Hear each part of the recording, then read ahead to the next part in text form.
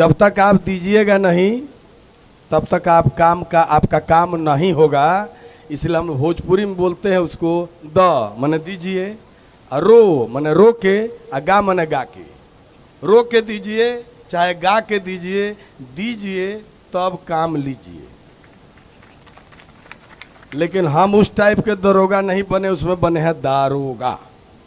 दारोगा बाबू, उसमें एक डायलॉग है हमारा, दिल्ली बम्बई कलकत्ता चाहे रहिया मंसूरी में। दिल्ली बम्बई कलकत्ता चाहे रहिया मंसूरी में, लिखिया पढ़िया कौनो भाषा बतिया भोजपुरी में। काहे कि तूफान के रफ्तार मुट्ठी में धराइल नहीं खे, तूफान के रफ्तार मुट्ठी में धराइल नहीं खे। भोजपुरिया मर्द कतहूँ डेराइल नहीं खे। ये डायलॉग थे हमारे उस फिल्म में। और भोजपुरी हमारे यहाँ मिर्जापुर से शुरू हो जाती है। आपका सीमान, आपकी सीमा और हमारे उत्तर प्रदेश की सीमा, इस तरफ मऊगंज और उस तरफ मिर्ज़ापुर, यही ना है। और मिर्ज़ापुर से भोजपुरी शुरू हो जाती है। आप लोगों के यहाँ 2 4 5 बार आएंगे तो बघेली में भी गाने लगेंगे और लिखने लगेंगे, वो भी भाषा आ जाएगी। क्योंकि सुन करके ऐसा ही लगा कि भोजपुरी, अवधी और मगही को मिला दीजिए तो बघेली हो जाएगी। तो आज हम लोग हैं सियाराम कुटीर में और सीता जी की भूमि से मैं आया हूँ। और हनुमान जी का गाना नहीं हो तो बाकेलाल पटेल भाई हमारे नाराज हो जाएंगे। हनुमान जी का गाना होना चाहिए ना, है?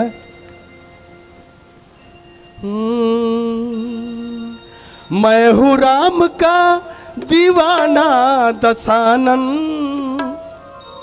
ये गाना उस समय का है जब सीता जी अशोक वाटिका में हैं। अशोक वाटिका में हनुमान जी मिलते हैं और वहाँ से सीता जी का दुख हाल समझ करके और इतने गुस्से में आते हैं कि पेड़ों को उखाड़ने लगते हैं, राक्षसों को मारने लगते हैं।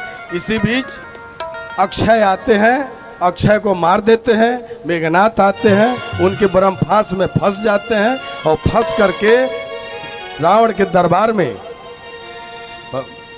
बजरंग बली को लाया जाता है। और रावण बोलता है, ऐ बानर बता तुम कौन है। तो बोलते, बड़ा तेज बोलता है रावण, जैसे सुने, ऐ बानर बता तुम कौन है। तो हनुमान जी बोलते हैं, मैं हूँ राम का दीवाना दशानन, मेरा नाम सुन लो बजरंग बली है। मैं हूँ राम का दीवाना दशानन, मैं हूँ राम का दीवाना दशानन, मेरा नाम सुन लो बजरंग बली है। मेरा नाम सुन लो बजरंग बली है।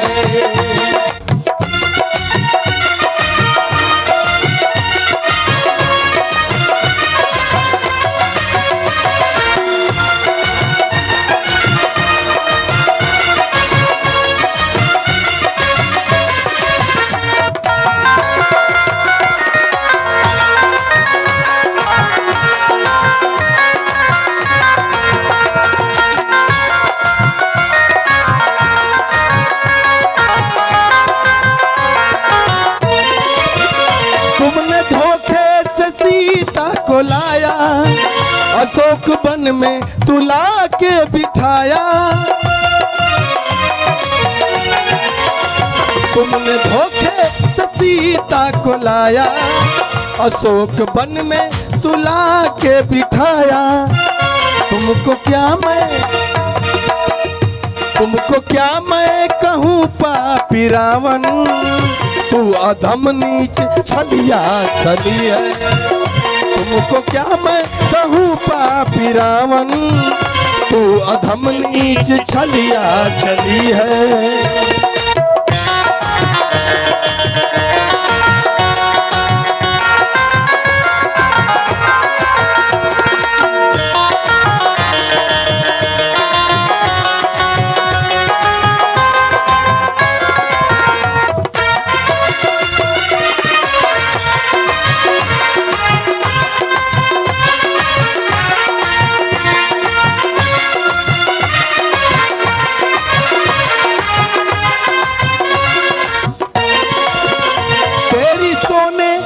लंका जलेगी, तुझको कुल घाती दुनिया कहेगी।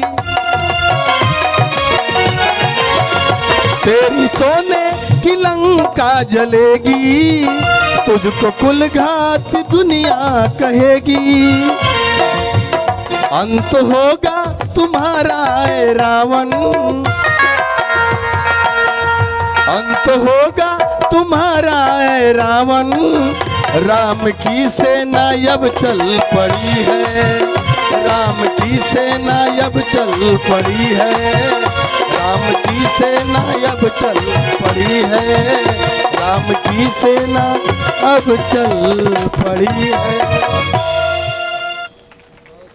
राम की सेना चल पड़ी है और तुम्हारा अंत होने वाला है। कुछ कहूँगा इस पे। हम राम राम तो कहते हैं, लेकिन राम जी से हमने क्या सीखा? एक बेटा अपनी सौतेली माँ की बात सुन करके 14 साल वन चला जाता है और आज का बेटा अपनी माँ की दवाई लाने बाजार नहीं जाता है। तो राम राम कहने से कोई फायदा है? क्या फायदा है? एक राम जो सबरी की जूठी बैर खा सकते हैं और हमारे राम का नाम जपने वाले सबरी की जाति के लोगों से छुआछूत रखते हैं। क्या सीखे आप? क्या सीखा हमने? एक राम अपने पत्नी का झुमका पाते हैं और लक्ष्मण जी से पूछते हैं, ए लक्ष्मण, भाई देखा तो तोहरे भौजाइये के झुमका हो का? तो लक्ष्मण जी कहते हैं कि भैया भाभी को कभी पांव से ऊपर तो देखा नहीं, तो झुमका किसका है मुझे कैसे पता चलेगा? और आज का देवर कहता है, आज की भौजी कहती है, देवर साला आंख मारे। कहाँ चले गए हम? देवर भौजाई का रिश्ता कितना कलंकित हो गया, कहाँ पहुंच गए?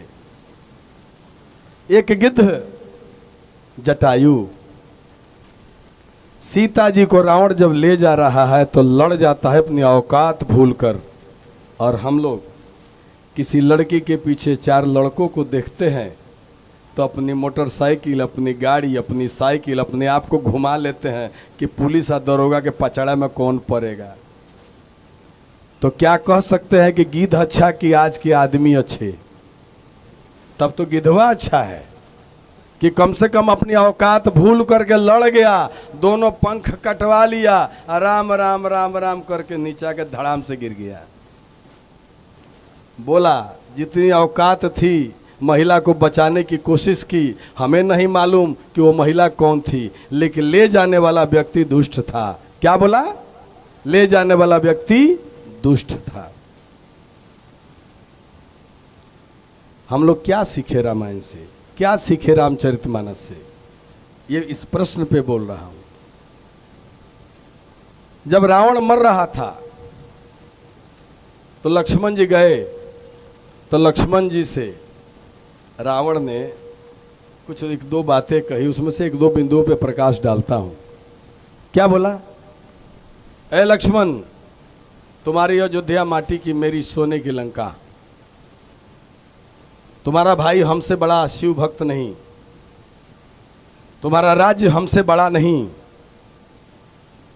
लेकिन मैं आज हार गया इसलिए कि एक विभीषण को संभाल लिया होता तो सोने की लंका राख नहीं होती।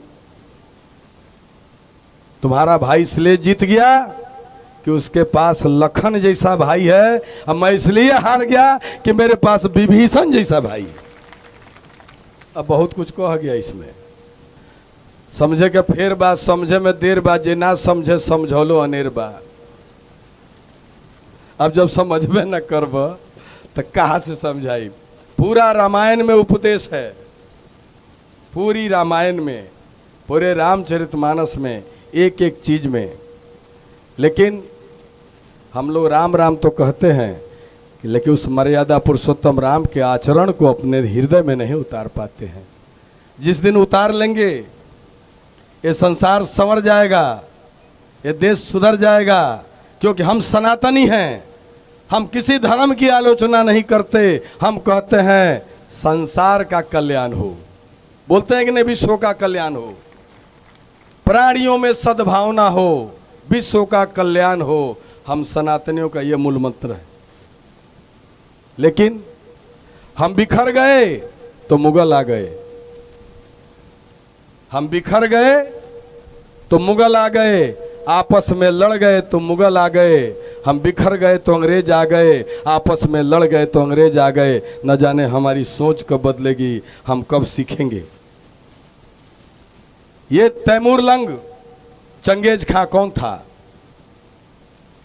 ये लुटेरे थे। हम और आप जो मंदिरों में सोने चांदी चढ़ाते थे, उस चढ़ावे को लूटने आते थे अफगानिस्तान से। गांधार हमारा था, वहीं की गांधारी थी, गांधार उसका नाम था। उसका नाम जो महाभारत में आप लोग गांधार सुनते हैं, वो गांधार आज कंधार है, गो को हो गया। जैसे मुगल सराय दीनदयाल उपाध्याय स्टेशन हो गया। हम धीरे धीरे बोलते हैं, छुआ छुआ के हटा लेते हैं। समझे वाला समझे, नहीं समझे वाला तो हम क्या करेंगे। इशारों को अगर समझो तो राज को राज रहने दो।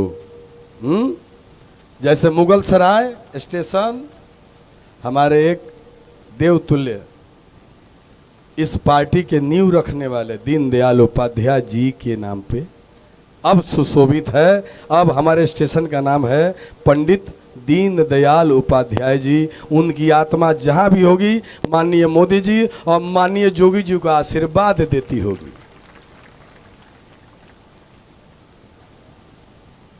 उसका बेटा कौन हुआ? बाबर। बाबर ने किसको मारा? हेमू को। हेमू को आंख में तीर मारा और दिल्ली का बादशाह बन गया। बाबर का बेटा हुआ हुमायूं। हुमायूं का बेटा हुआ अकबर। अकबर का बेटा हुआ सलीम जहांगीर। सलीम जहांगीर का बेटा हुआ शाहजहां। शाहजहां का औरंगजेब। औरंगजेब के बाद बहादुर शाह, आ गए अंग्रेज। बहादुर शाह के बाद अंग्रेज आ गए।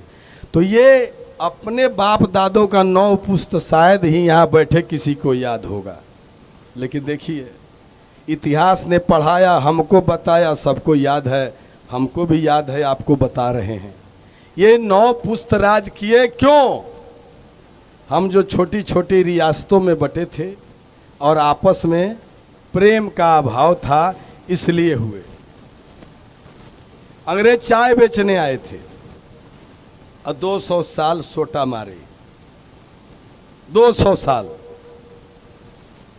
किसी को तोप से उड़ा दिया, किसी को फांसी पर लटका दिया, किसी को गोली मार दिया, किसी का हाथ काट दिया, किसी का पैर काट दिया, किसी को काला पानी बांध को बार भेज दिया। आज वो लोग नहीं हैं। कौन लोग हैं?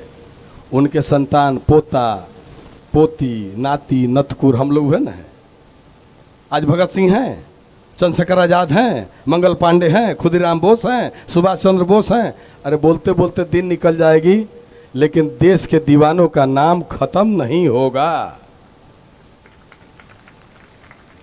आज हम लोग आजाद देश में पैदा हुए हैं।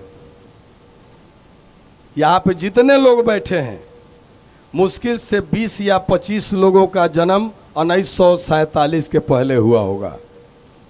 मुश्किल से 20 से 25 लोग होंगे। ये जितने, मुझे लगता है लगभग 4-5 हजार लोग हैं। इतने लोग जो यहाँ उपस्थित है, इसमें 15 से 20 लोग ही होंगे जिनका जन्म आज़ादी से पहले हुआ होगा। तो आप आज़ाद देश में पैदा हुए हैं, क्या गुलाम देश में मरना चाहते हैं? गुलाम देश में जाना चाहते हैं? गुलाम होना चाहते हैं? नहीं चाहते हैं।